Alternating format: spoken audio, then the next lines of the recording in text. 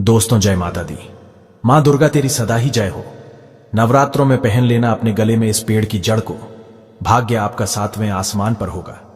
जहां भी जाओगे दौलत पीछे पीछे आएगी। दोस्तों, हिंदू संस्कृति में कई तरह की पौराणिक मान्यताओं को महत्व दिया गया है कि कई ऐसे पेड़ पौधे होते हैं जो कि काफी शुभ माने गए हैं। कई ऐसे पेड़ पौधे होते हैं जो कि हमारे जीवन में चल रही परेशानी को दूर कर देते हैं। खास बात यह है कि पेड़ पौधे की न सिर्फ लोग पूजा करते हैं बल्कि औषधि के रूप में भी प्रयोग करते हैं।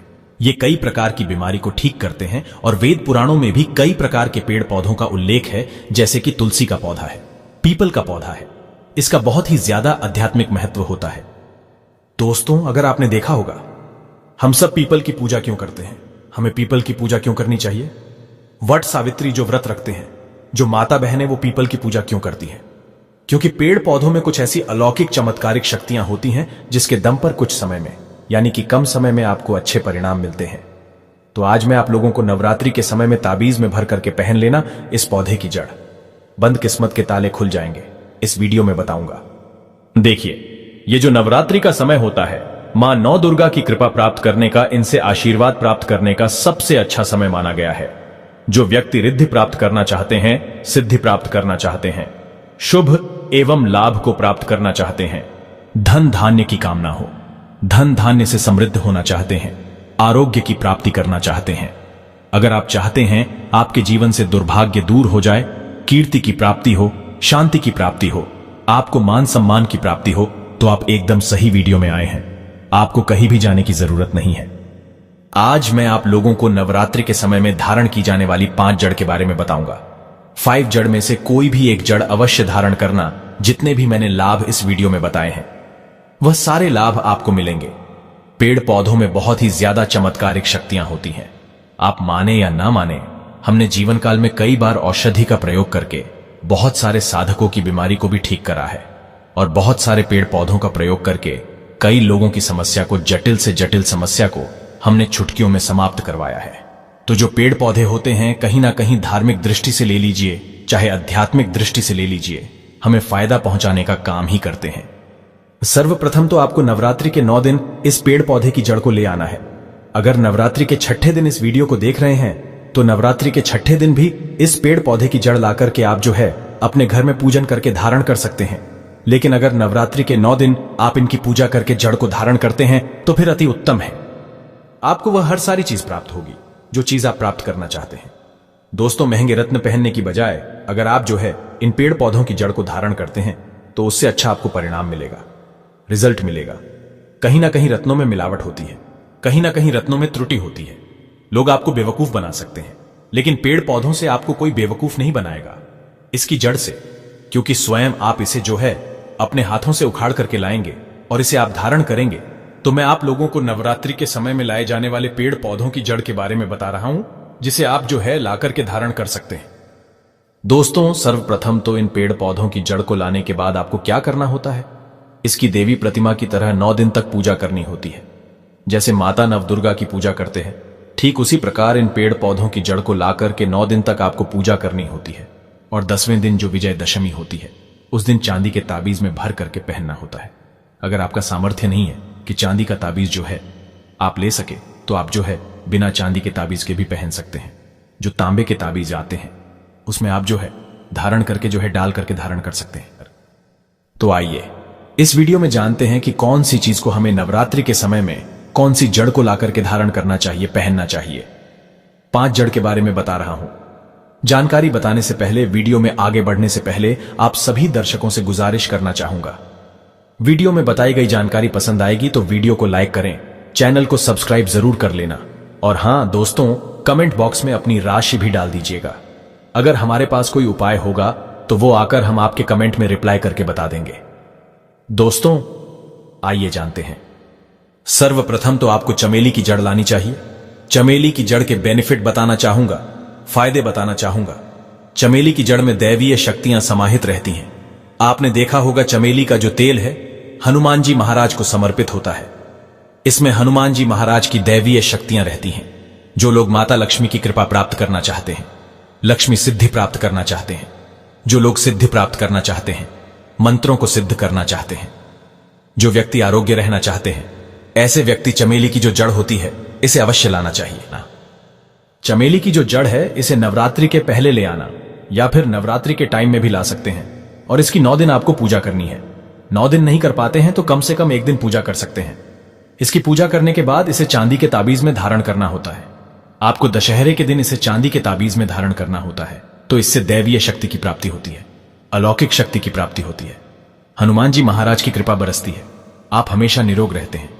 दूसरे क्रम में आता है लड़जीरा नाम का पौधा।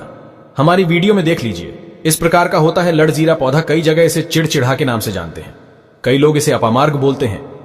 अब इसे अपामार्ग क्यों बोलते हैं? क्योंकि इसके जो बीज होते हैं उल्टी तरफ होते हैं, ये सीधे नहीं रहते। आप में से अधिकतर जितने भी लोग हैं बीज देखे होंगे, फल के वो सीधे तरफ होते हैं लेकिन ये उल्टे होते हैं, इसलिए इसे अपामार्ग कहते हैं, अर्थात ये दुनिया से उल्टा चलता है। अपामार्ग का संत महात्मा लोग सबसे ज्यादा प्रयोग करते हैं। दोस्तों, अपामार्ग जो होता है इसके बीज की खीर बनाकर के खाने से 30 दिनों तक बिल्कुल ही पेशाब पानी, यहां तक कि जो शौच क्रिया होती है वो बंद हो जाती है। तो साधना करने वाले जो संत महात्मा रहते हैं, हिमालय में अधिकतर हमने देखा है, ऐसे लोग अपामार्ग के बीज की खीर बना करके खाते हैं, लंबे समय फिर साधना करते हैं। इन्हें खाने के बाद भूख है, प्यास है या फिर एक प्रकार की शौच क्रिया नहीं सताती, तो इसे कब पहनना चाहिए, कैसे धारण करना चाहिए? तो नवरात्रि के समय में 10वीं तिथि में आपको इसे धारण करना होता है। इसके धारण करने के बाद यह शत्रु का नाश करता है। और एक खास बात, जो लोग जैसे वशीकरण प्राप्त करना चाहते हैं कि सभी लोग उन्हें देख करके सम्मोहित हो जाए, उनके चेहरे से नजर ना हटाए, उन्हीं की बात माने तो ऐसे व्यक्ति जो चिड़चिड़ा है, अपामार्ग है, इसकी जड़ जरूर धारण करें। इसकी जड़ धारण करने के बाद अध्यात्म उन्नति होती है, बंद किस्मत के ताले खुलते हैं। दोस्तों, आप जहां भी जाइए लोग आपको देख करके आकर्षित होंगे, आपके वशीभूत हो जाएंगे, तो ये अवश्य धारण करें। इसे पहनने के बाद जो नवग्रह की पीड़ा होती है, नवग्रह में से किसी भी प्रकार के जो ग्रह है आपको गलत परिणाम दे रहे हैं, गलत फल दे रहे हैं, तो गलत फल देना बंद कर देते हैं, स्थिर हो जाते हैं। ये दोस्तों तीसरे क्रम में आते हैं बरगद की जटा। पिछली वाली वीडियो में बरगद की जटा के बारे में भी एक वीडियो बनाया हूं। यह बंद किस्मत के ताले को खोलती है।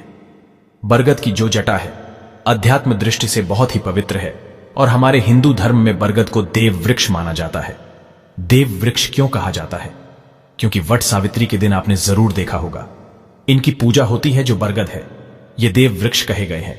इनमें समस्त देवी देवताओं की शक्ति समाहित होती है, बसी हुई होती है। जो बरगद वृक्ष है इसमें पितृ का भी वास होता है। बरगद का वृक्ष भगवान शंकर का स्वरूप कहा गया है। तो अगर बंद किस्मत के ताले खोलना चाहते हैं, अपनी अध्यात्म उन्नति करना चाहते हो, तो नवरात्रि में 9 दिन पूजा करने के बाद बरगद की जटा अवश्य धारण करना।